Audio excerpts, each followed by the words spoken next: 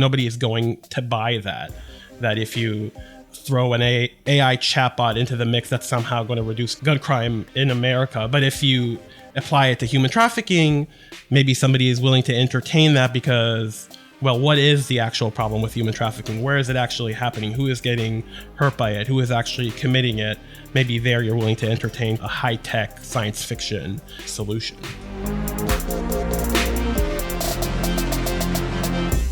This is Lock and Code, a Malwarebytes podcast.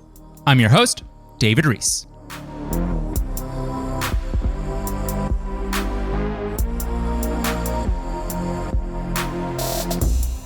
Our main story today is about AI police work. Last month, the journalist-owned tech publication 404 Media reported on a new AI-assisted technology being sold to police departments across America with the promise that it helps stop crime. But this technology isn't something like facial recognition software or gunshot geolocation analysis. This technology is AI chatbots. Overwatch, developed by the New York-based company Massive Blue, is, according to the company, a, quote, AI-powered force multiplier for public safety, end quote, that, quote, deploys lifelike virtual agents which infiltrate and engage criminal networks across various channels, end quote. What that means in practice is that Overwatch is a social media scanning tool, and it is also a series of AI chatbots that can independently text and send direct messages to criminal suspects to gather evidence against them. These chatbots have individualized personas that come to life with accompanying social media accounts and AI-generated photos. There is, for instance, the AI chatbot Heidi, described in an Overwatch marketing deck that 404 Media obtained access to. Heidi is a 36-year-old divorced Texas resident whose hobbies are, quote, activism, leader of a local group, baking, end quote. Heidi also uses Instagram, Snapchat, WhatsApp, Telegram, Signal, Reddit, and 4chan for some reason. Then there is Jason, a 14-year-old bilingual only child whose personality is, quote, shy, self-conscious, difficulty interacting with girls, end quote. In a proof of concept in the Overwatch marketing materials, we can see what a conversation with Jason would look like, and it is clumsy. Jason calls his parents rents. He calls the social media platform Discord dis. He calls video games vid games, and he uses the letter Z in place of the letter S. So my mom's at work and my dad's out of town. Also, the word at is replaced with the at symbol, and there are essentially no vowels because that's how teenagers type, right? And all of this can make Overwatch feel silly, but this technology's impact is anything but. Police departments are paying for Overwatch to the tune of hundreds of thousands of dollars per contract, and from 404 Media's reporting, Overwatch has not led to a single arrest. Today, to help us understand how Overwatch is supposed to work, how the technology has landed at so many police departments, and the potential harm in releasing a tool like this, we're speaking with Emanuel Maiberg and Jason Koebler, journalists and co-founders of 404 Media and hosts and contributors for the 404 Media podcast. Emanuel, Jason, welcome to the show. Hey. Hey, thanks for having us. This is Jason, by the way. I am excited to have you both here. I think there's a ton to talk about in the release of this product, again, Overwatch, and how it functions and what the impacts are. So I just want to start broadly, even though we kind of introed it there, but I want to understand, ostensibly, how does Overwatch work and how is it supposed to help stop crime?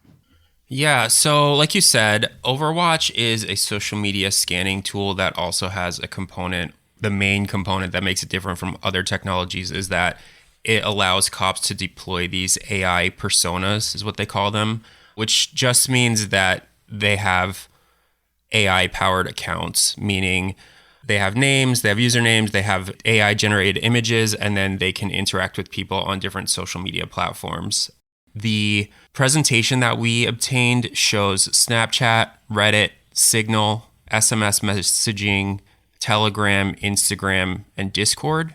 I would have to imagine something like Twitter is also possible, Facebook, things like that. And as I understand it, based on what we found, is that the cops give this company a list of keywords that essentially trigger the bots to interact with someone. And so these could be keywords associated with drug trafficking or keywords associated with human trafficking, money laundering, things like that. But then they also say that they can create bots that are designed to engage with college protesters or that are designed to recruit protesters. They call it external recruiter for protests. And so it really runs the gamut from extremely serious crimes to things that are definitely protected by the First Amendment, like protesting. What types of crimes? You named a few of them there, right? Like there's like crime, right? There's human trafficking, drug trafficking, and there's First Amendment protected activity like protesting. I wanted to see just what's the gamut here from the marketing materials that you obtained. What other crimes can Overwatch, again, allegedly help with? The marketing materials really try to give potential customers, which are police departments or other law enforcement agency, it tries to make Overwatch seem like it can do pretty much everything. But I would say that both in terms of what's in the pitch itself and from what we know about which agencies actually tried using this software, the focus really seems to be on crimes that might happen along the US-Mexico border. So human trafficking, drug trafficking, what you might consider like cartel activity, that is where the program has been most active. So we know of, I think, 3 police departments or sheriff's offices that have actually tried using them. The most significant of which is in Pinal County in Arizona that had a contract for $360,000 to test Overwatch. And also, I should say, the people at the head of the company, Chris Clem. Yeah, he was a Border Patrol agent for 27 years. And over the last few months, he's testified before Congress about border security, illegal immigration. He has been hanging out a lot with RFK Jr. and Tulsi Gabbard and other high-profile members of the Trump administration. So the company really seems to be positioning this as, I mean, they don't outright say it, but an immigration tool to some extent. I am curious also what types of AI personas, again, are available here, because we went through a couple of them there. And I'm also curious because, like you said, if the company is pitching itself here, angling for this immigration angle, what do the personas show us about that? But again, what's available here in terms of these AI personas? Yeah, so I mean, these are example personas that we got from a public records request with the Texas Department of Safety. So these are the personas that Overwatch pitches to cops. So there's Jason, which you mentioned, the 14-year-old from Los Angeles whose parents came here from Ecuador. There's Heidi, who is the divorced woman with no kids, who is they call it a radicalized AI protest persona. And then they also have something that they call a honeypot AI persona. The backstory of that one is she's a 25-year-old from Dearborn, Michigan, whose parents emigrated from Yemen. Dearborn is a heavily Muslim area, and it says that she speaks Arabic. She's active on Telegram and Signal, and she has a US and an international SIM card. The other ones that we read are child trafficking AI persona, which, yeah, that's Jason again, an AI pimp persona, and then they also say escorts, juveniles, and also Romeo and gorilla pimps, which I'm frankly not familiar with those terms at all. There was also like a street racing one. And then there's the 2 slides that we got that are examples of AI personas that don't have any information about them, but they just have AI generated images of the people, like the bots that they're pretending to be. And they're almost all young people of color. Like, there's one white guy on there. Every other one is like someone who, I mean, very stereotypically would be coded as like a leftist. There's like people who are like emo looking, for lack of a better term, like upset children, like a lot of teens, and then a lot of people who look Latino. There's several black people on there, and then there's just like one smiling white college student. He looks like a college student to me, like a jock, but almost everyone else is like a person of color. I feel like this raises an immediate question here, which is who's creating those images, in the sense that, are they specifically saying create a minority in this image? And like, why is that happening? Because I'm again just immediately curious about, well, someone's typing that in, I feel. That's willful. Yeah, I mean, just because of the way this technology works, you're right in that. I mean, it's conceivable that they said to some AI image generator, please generate 100 images of teenagers, and they just picked out people of color from those 100 images, but more likely they are typing in prompts that are producing this type of person. We obviously don't know what the prompt is, but we know how AI image generators work. Yeah.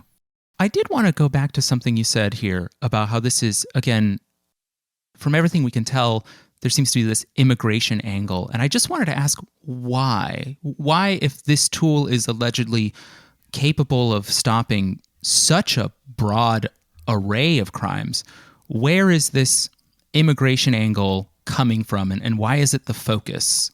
Yeah, so there's a few reasons, I think. One, the largest contract that we know of is for $360,000, as Emanuel mentioned, with Pinal County in Arizona. That money came from an Arizona state human trafficking grant. And so basically the county did not have to pay for this tool. They were able to get the money through a state grant, which is taxpayer money, to be clear, but they basically won a contest to try this as part of an anti-human trafficking grant. And so it is possible that, some of the things that we saw focus on the immigration angle or focus on the human trafficking angle because that's where the money came from. But at the same time, the reports that we saw, with Texas focus a lot on human trafficking, on narcotics trafficking. I think it probably comes down to the fact that, like Emanuel mentioned, Chris Clem is the person who is most publicly associated with this company. He's not the CEO, but he's really the only one who's spoken about this company publicly. And he's an executive there. And he was a Border Patrol agent for 27 years. He's made immigration his whole thing. Again, he goes on Fox News like multiple times a month to discuss illegal immigration and border security. So it just seems to me like it's a special interest of the company that made the technology. I wanted to move here a little bit. We're talking about these AI personas. We're talking about protesters and honeypot personas and also a street racing one. And again, these terms I as well had never heard of, to be clear, Romeo and Gorilla. I was like, I don't know what that is. The next question then is, and it sounds a little silly, is stopping crime honestly this simple? I mean, the obvious answer is no. And like, if it was this simple, then probably we would have less crime. I think back to your question about why is the presentation focusing on these specific crimes? Mm-hmm. I agree with everything Jason said, but I would also add that with something like human trafficking, it's kind of a scary but amorphous problem with a lot of urban legend and misinformation surrounding how it actually works and who's actually in danger and who the actual criminals are. And it's only around something kind of confusing and a problem that is that amorphous that you're able to apply kind of like an amorphous solution. I think there is a pretty good reason why you're not seeing this pitched as a solution to like gun crime across America, because police departments have a lot of experience and knowledge about how intractable that problem is.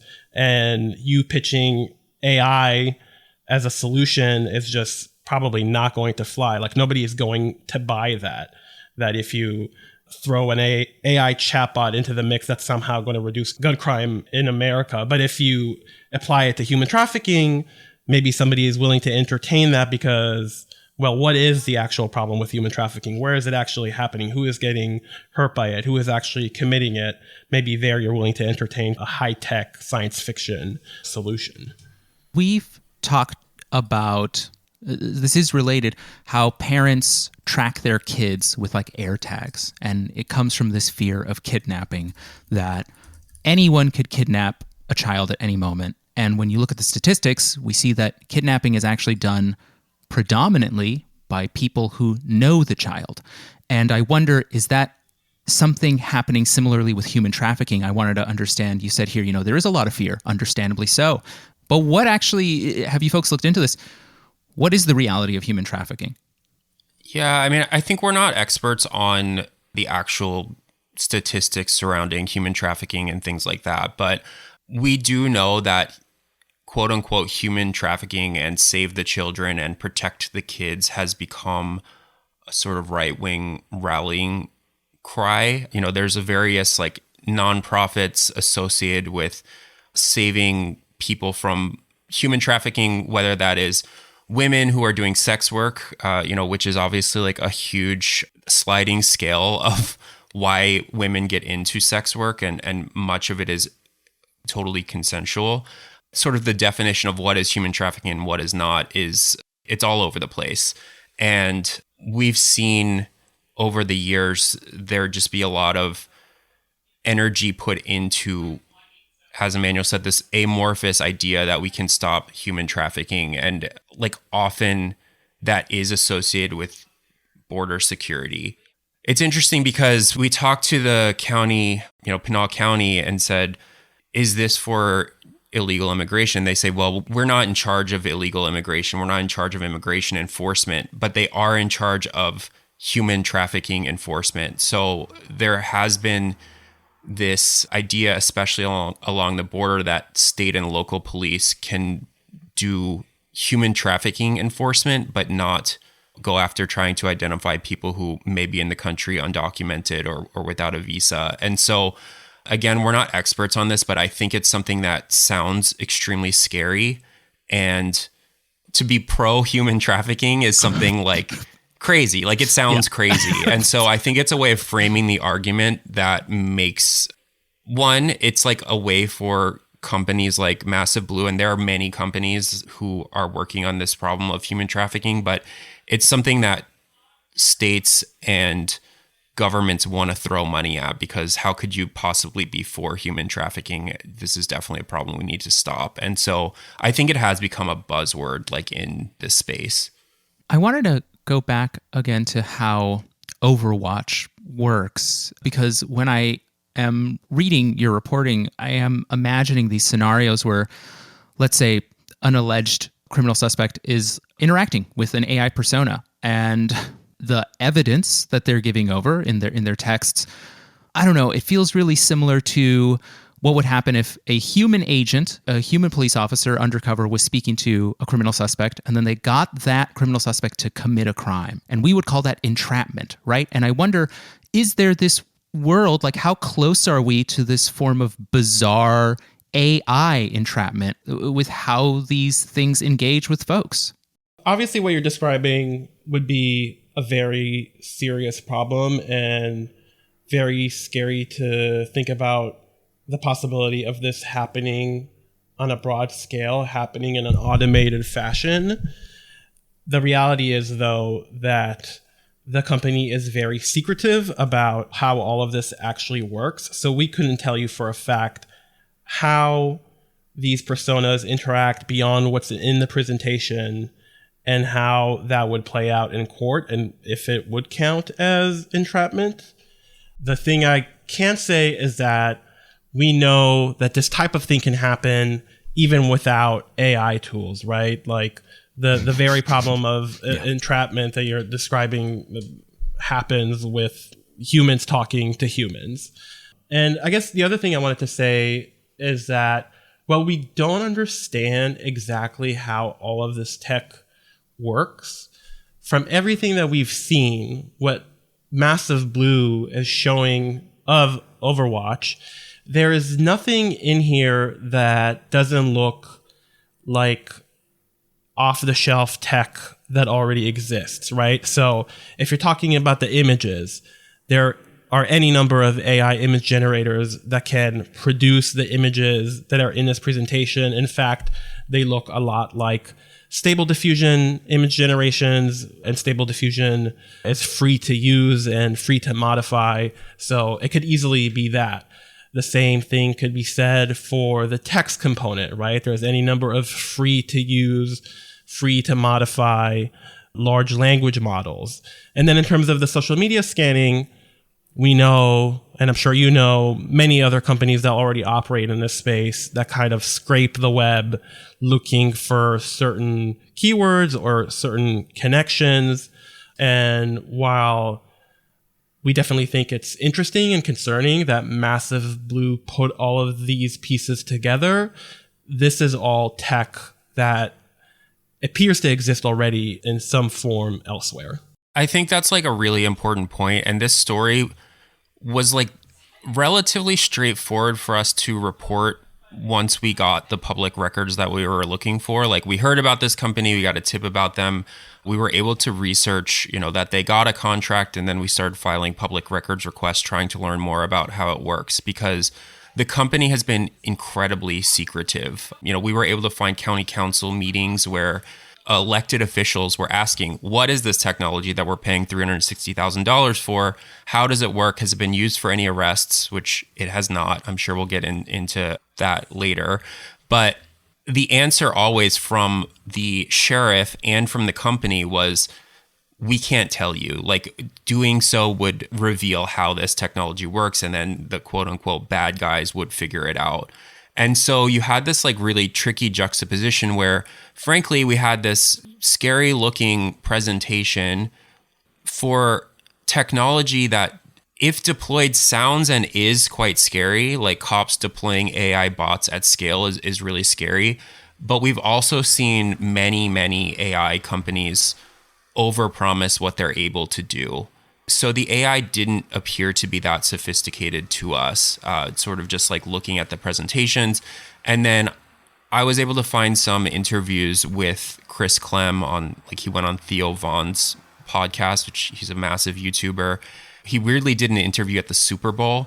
And what he was saying, this technology could do was things like hack money back from a hacker who had stolen money from your 401k.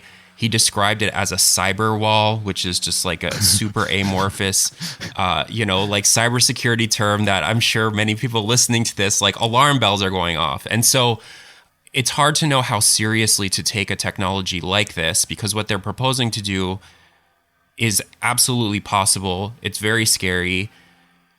At the same time, it's like, is this technology from this company effective? We don't know. And we don't know how the conversations actually play out, because we weren't able to obtain any specific examples of court cases or arrests that were being made. And so I think that there is a lot of questions about the technology still, and hopefully we'll be able to keep doing reporting as things go along to see, like, was this technology used to make any arrests? Follow that arrest through the court system to see, like, what sorts of arguments a defense attorney would make. I'm sure that a defense attorney would try to make the argument that this type of technology is unethical or illegal in some way, but we can't say that for sure right now, I guess. You mentioned here a couple of times that from what we know, the use of Overwatch has not led to any arrest, or it's not been involved in any successful arrests. And that does raise the question here of, from what we know, does the product work? But I wanted to actually tie that into something that both of you just said here, kind of two ideas that are related. This idea that from what we've seen, a lot of this stuff is off-the-shelf tech. The image generation, there are free tools. The text generation, there are free tools. Social media scanning, there are tons of tools out there already. And also that it sounds like sometimes there's a sort of overpromise or a vague, unrefutable promise, because it's vague, about this. And so my question is actually a little different now, which is, in trying to understand whether or not it works, why is it so important then that we don't really know how it works, or that it isn't really sophisticated? probably the first answer for that is that whether it works or not, taxpayers are already paying for it. It may work well, it may work poorly, it may have false positives. We don't know. They won't respond to questions from city councils that are approving the funding for these trials, but they're already being deployed. I think one thing that is very concerning is one of the slides that we've seen says that Massive Blue did some of this social media scanning in the Houston area, and they found thousands and thousands of suspects in human trafficking, which just sounds ludicrous that there would be thousands and thousands of people involved in human trafficking just in the Houston area. And we have no reason to believe that they or the police took any action on that. But the fact that it is identifying so many quote unquote suspects and is already being used by police, I think you can easily imagine how that leads to some bad outcomes. So that's my answer. It's like, we don't know if it works, but it's already being used, and it's used by agencies with a lot of power over citizens, non-citizens. And, you know, we started the story actually last year before a lot of the news that we see every day now about ICE. And I think it's not hard to imagine how in this type of new environment where it seems like ICE has such a free hand on undocumented people, but also just protesters, people who are here legally and are documented, but were involved in some kind of college protests that the administration has issue with. And how can this tech be used to identify people? Will it misidentify people? I think that is the most concerning part to me. Yeah, I mean, I think that we've been writing a lot about police procurement of surveillance technologies. I've been working on stories like this for 10 years. And what we found is that often, we didn't see it exactly in this case, but often police become salespeople for technologies that become very popular. And what I mean by salespeople is that usually the way that this works is one police department will try a technology as part of a pilot program, and then there are many, many, many police conferences and a lot of interaction between police departments. And we saw a little bit of it here where Cochise County and Yuma County both tried this technology as well, which are other counties in Arizona.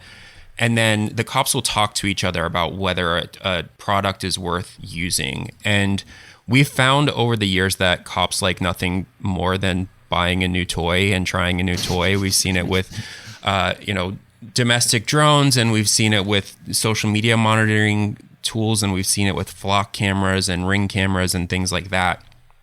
The fact that even one pretty prominent county is using this raises the question of, well, how fast will this technology proliferate across other sheriff's departments and state and local police departments?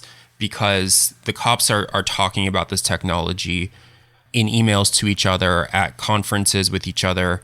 We've also seen, not with this tool, but with other tools like different cop Discord groups and Signal groups and Telegram groups, where they're talking about new technologies that they can deploy.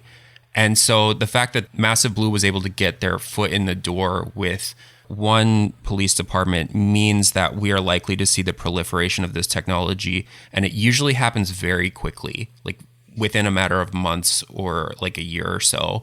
We've seen that, again, I mentioned domestic drones, but I wrote about one domestic drone company that was selling drones to a police department in Southern California. And they had, this company's drones for a few months, and suddenly hundreds of cities are using the same technology just like a year or two later. And so tracking that, I feel, is very important, and trying to explain to readers, like, this is how it happens. It starts as a pilot program with really like lofty expectations and in one county in Arizona, and 6 months down the line, it's being used for some totally other purpose in some other county somewhere else in the country.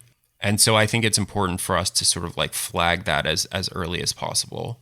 Because I know this is a long answer, but the way that this technology spreads also is that they have to be approved by city councils and they have to be approved by county councils. And so, I mean, the fact that this technology has been used for about a year in Pinal County and has led to 0 arrests so far, like maybe that is useful information that a city councilor somewhere else would like to raise when, you know, their cops say, we need to buy this technology, otherwise our city or town is going to be overrun by human traffickers. That's a useful data point for people to know. And I don't think that a politician, a city councilor, or a county councilor would know that unless they had reporting like this. Have we seen any city councils say no to Overwatch or to review a contract, 12 months down the line and say, actually, we're dropping this? Well, so Yuma County in Arizona tried it for a few months. They had a $10,000 contract, which is considerably less money. They found it to be not useful, is sort of like what they told us, and they didn't resume the contract. And then, Emanuel did a lot of good reporting on this when we were writing about it, but Cochise County, which is another county in Arizona, had a police officer attend a presentation from Massive Blue and took notes on that. And we obtained the notes, and the notes from this police officer were basically like, this technology seems pretty dumb. That's like paraphrasing, but maybe Emanuel can speak a little bit more to that. Yeah, I mean, the police officer who took notes, I think the thing that stood out to me the most is he was offended that the pitch was so focused on sales and not how it would help police officers. And I think that tells you a lot about how these are pitched. I wanted to go back to something you said, Emanuel, about how you saw this sort of proof of concept where running the Overwatch tool by doing this scan of social media activity resulted in thousands, allegedly thousands of, let's call them accounts or identities involved in human trafficking, allegedly. And you read that and you said, that's ludicrous, right? That can't be correct. And I know there's kind of a weird question here, but I think it's important, particularly right now, because I think particularly right now we're getting a lot of claims thrown at us by our own government. And sometimes the numbers are ludicrous, but it's hard to explain why. It's hard to say, well, I know that that's wrong because X. I know that's factually incorrect because Y. And I want to throw that question to you. You saw that number, you're like, there's something amiss here. I wanted to ask, how did you know that? That's a good question. I think it goes back to this issue of what do we talk about when we talk about human trafficking, right? It's like, I'm sure several images come to mind. Are we talking about people who are coming to this country not through official means and are crossing the border unofficially?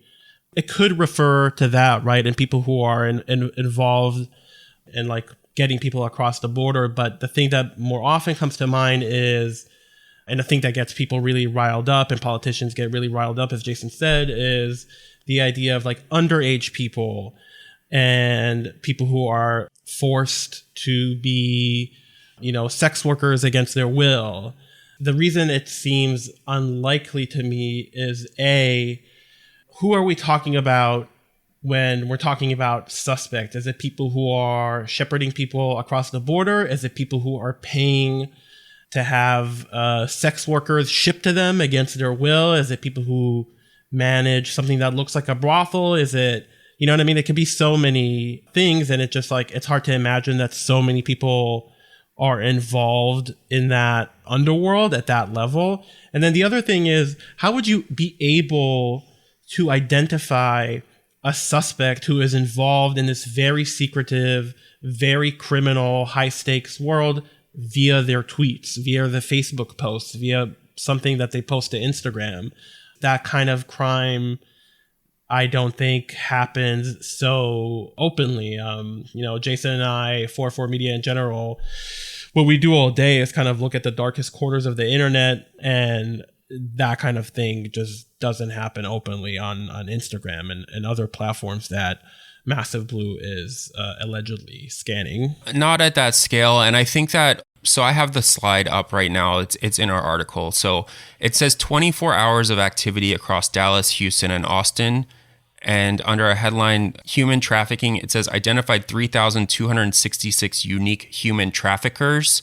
They're claiming that they identified the human traffickers. It says 1,417 in Houston, 1,327 in Dallas, 522 in Austin. So this is in a 24-hour period in 3 cities in Texas. You know, I have up the Department of Justice statistics right now for 2023, and it says that a total of 2,000 people in the entire United States were arrested in 2021, which is the most recent data that this is referring to, I guess. It just raises the question, like, if this company was able to identify over 3,000 unique human traffickers in 3 cities trivially, and this technology has been used for 0 arrests so far that we know of, it doesn't really pass the smell test. Like, it would be impressive if this technology were directly leading to arrests of really awful people, but there's no evidence that is the case, I guess. I wanted to move a little bit into this idea of, again, Overwatch has not led to any arrests, but I wanted to ask, even if it did, does that make using Overwatch, quote unquote, okay? I mean, that's the debate of our time, I would say, because we've seen the proliferation of things like Flock automated license plate readers, and that's a technology that has led to many, many arrests. And yet it raises questions about persistent surveillance and persistent surveillance in real life versus persistent surveillance on social media. I'll just call it like invasion of AI powered bots into human spaces on the internet. Like, I think that there's lots of ethical questions about that. And we've seen a huge proliferation of surveillance technology, just not just on the internet, but in real life as well. And I think it's like, frankly, the privacy question of our time. I would err on the side of privacy just because that's like sort of my personal standpoint, but you know, that's not how everyone feels. I agree with all that, and I would add that you can even ignore whether this is good or bad. The problem is that the technologies that are being pitched in the AI space and now in the overlap between AI and surveillance and AI and police work, they just never work exactly as advertised. So I don't know. You can make the argument that, do you want something that works exactly as Massive Blue says it does?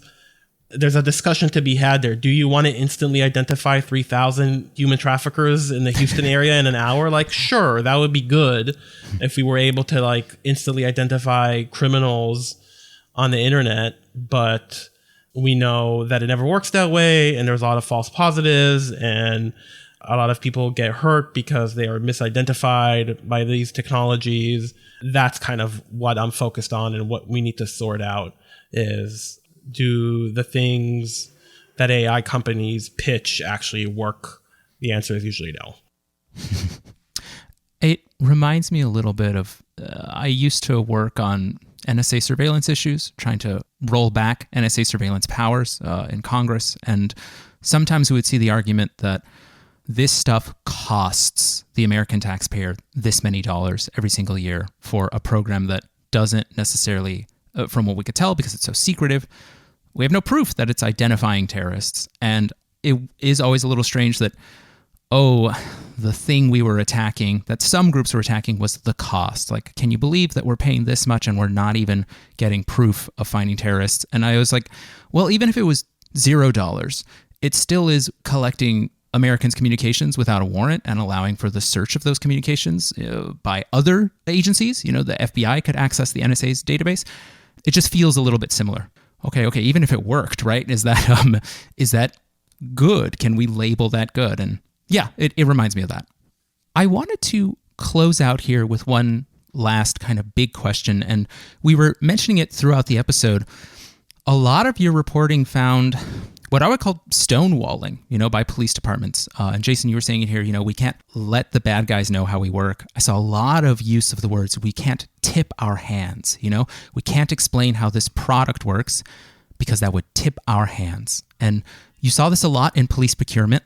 And I wanted to ask here, amidst all of this secrecy, I was really confused a little bit. Are police innocently falling for well-crafted marketing pitches?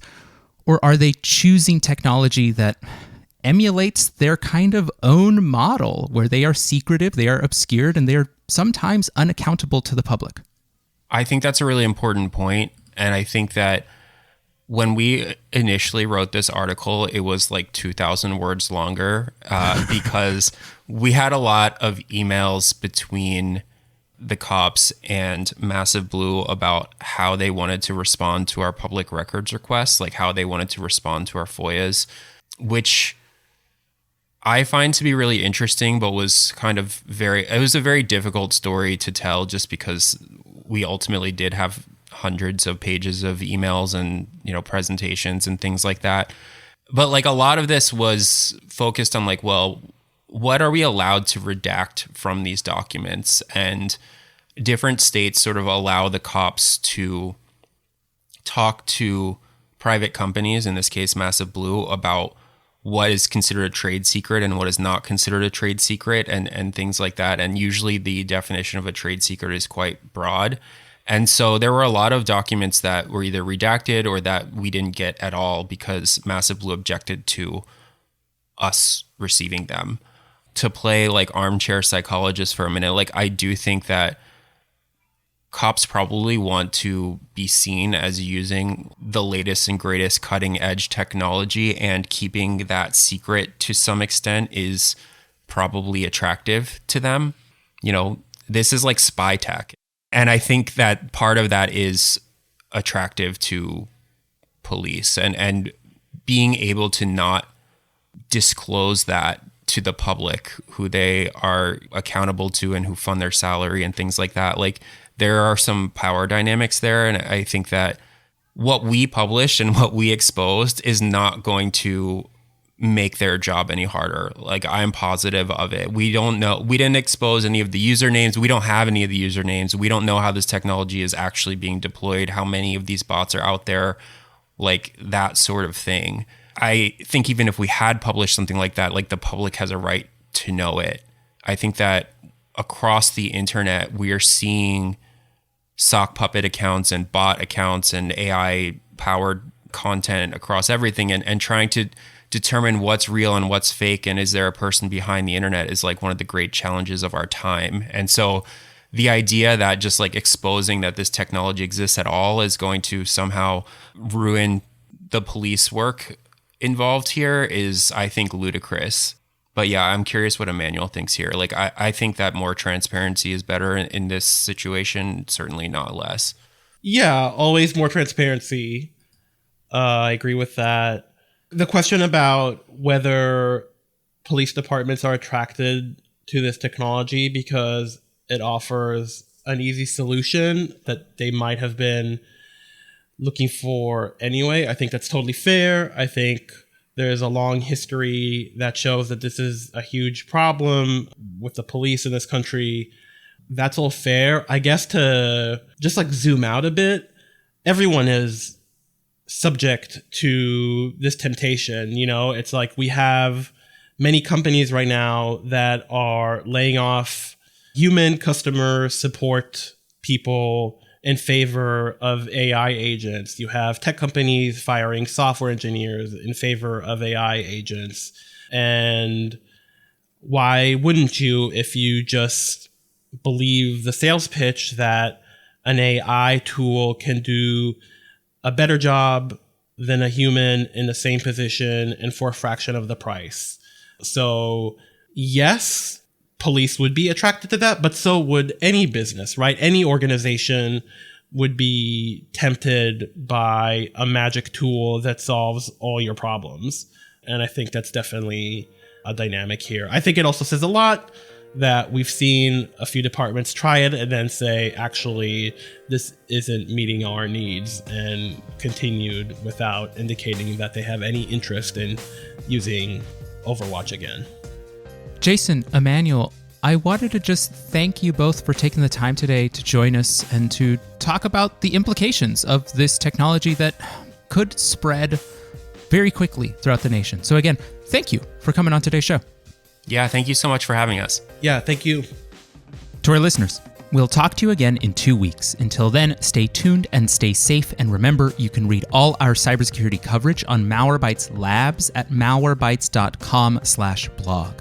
Finally, our intro music is by Kevin MacLeod from incompetech.com, and our outro music is by Woa from unminus.com. Today's show has been edited by our podcast consultant, Eric Johnson at lightningpod.fm. Thank you, folks.